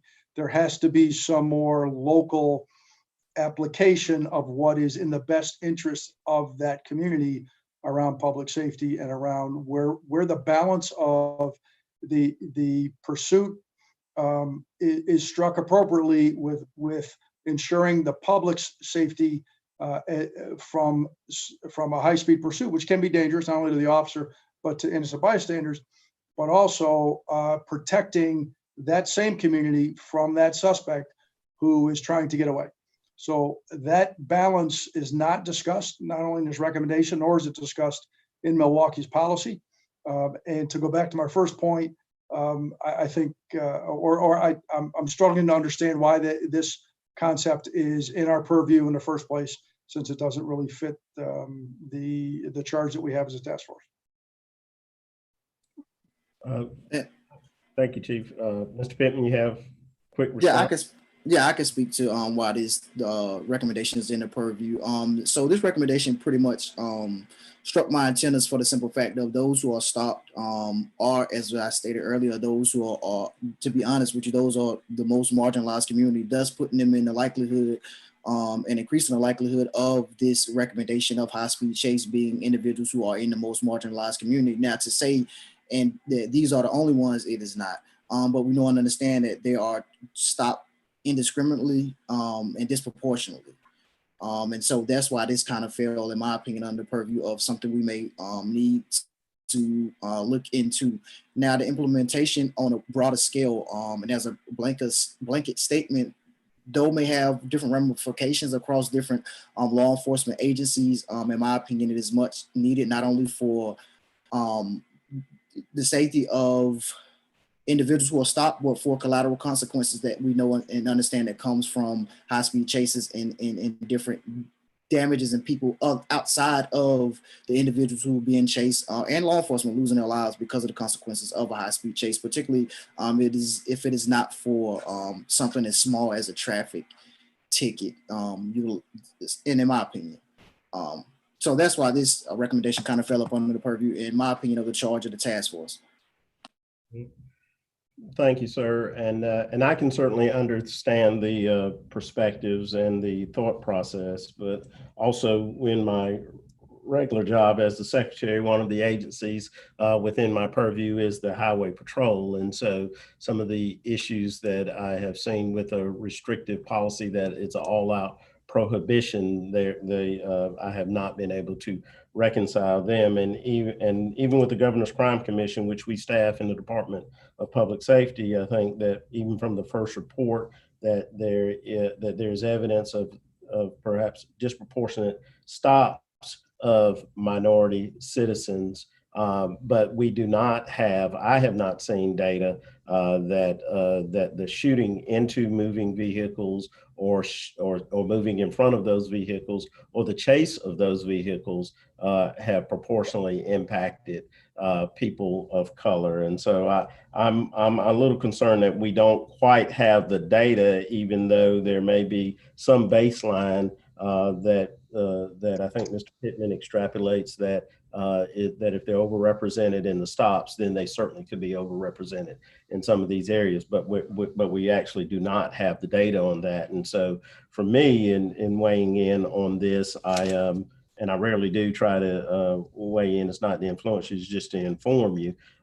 Is that, again, to go back to our charge, is that what we should be discussing and making sure that we take into account, and we can have some variances on those opinions, are policies and procedures that disproportionately burden communities of color. I'm not sure that the data is there for this, and then the all-out prohibition. And again, even with these policies, they're not an all-out prohibition. I can tell you without going into the details that I've had a trooper in a high pursuit chase where the individual was firing at him and he returned fire. And in a very limited circumstance, there could be occasions where it would be deemed appropriate. And then there's certainly other circumstances where it would not. And so those are on a case-by-case basis. So all-out prohibition may be very hard to achieve and to get buy-in from all perspectives on that as well. But I do think that those departments that default toward pursuit policies, chase policies, should have policies that are professionally accepted, legally sound, to address these issues. And so I welcome thoughts to get us there if there's a way through this discussion.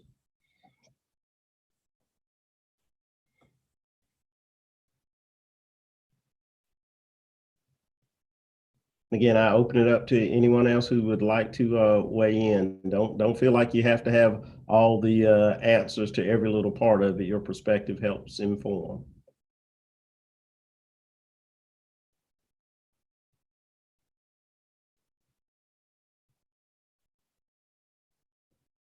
All right. Well, with the silence that I have here, what I'm going to do is I'm going to ask Jeff or Greg or Ellen or Jasmine. So you've been sitting patiently listening to the discourse. Do you have any perspectives that may inform as attentive listeners to what our charge is and what we've addressed here with the use of force recommendations? Reflecting that we've provided some use of force recommendations, always open and willing to look at additional ones. So I'll turn to you all. For me, Secretary, I think it was an interesting conversation that had a lot of different threads. At times, there was a sense that some of these recommendations might be supported, but best placed as, instead of being recommendations of the task force, placed within the accreditation process. There were a couple of other recommendations where it seemed like there was a desire for additional information before at least some members made a decision. There were others where there were questions about how well it linked up with the mission of the task force. So I'm kind of wondering just procedurally what our next step is here. I suppose one option would be to do a version of our kind of temperature taking surveys like we've done recently for several items, but maybe with more options like, yes, I support, no, I don't support, I support, but think it should be handled through accreditation, or I need more information. I don't know if that would work as a process. With this, I mean, a number of people made a number of different comments, but at least I do not have a sense of where there is likely consensus, where there isn't consensus, or what the group as a whole would prefer to do.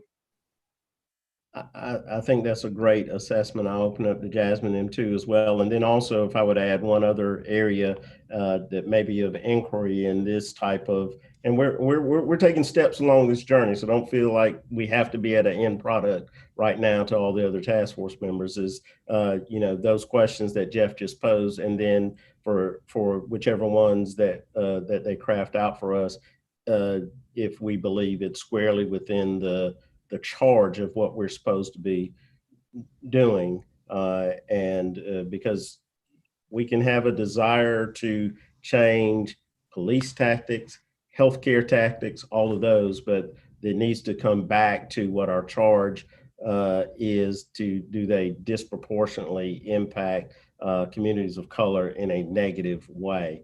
And so I just want to make sure that we frame within that, because if we took on the idea that we're going to take, whether it was police or policing or any other organization, and try to tackle every policy that they do, that would be an endeavor that we could never, ever live up to. And so I want to make sure that we stay on time and on task with what we're charged with doing.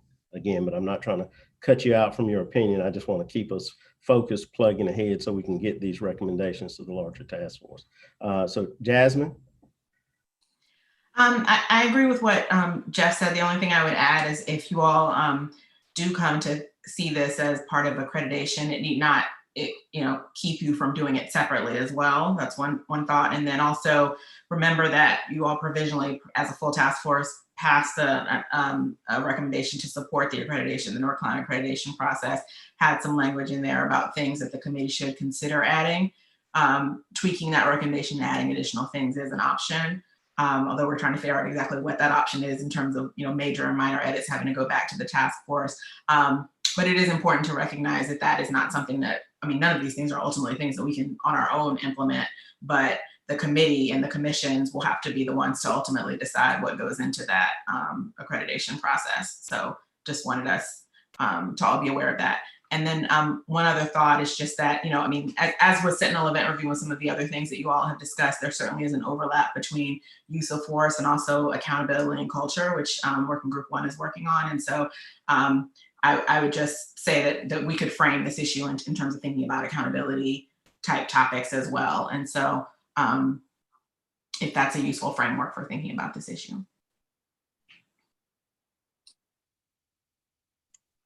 Thank you, ma'am. I recognize that we are now at the 3 o'clock hour, and the discussion has been great. The collaboration has been great, and I'd like to thank Mayor Pro Tem Johnson. If you do have additional questions or think something that should be shared as an outgrowth of this discussion, please get that information to our staff leads and they can push that around. I know that you all are putting in many hours well beyond the 2 hours that we're online here. And so I'm particularly grateful for all of the work, and everybody has a voice, everybody has a vote, and those, those perspectives are truly important for the work that we ultimately want to get done. So I'm going to close out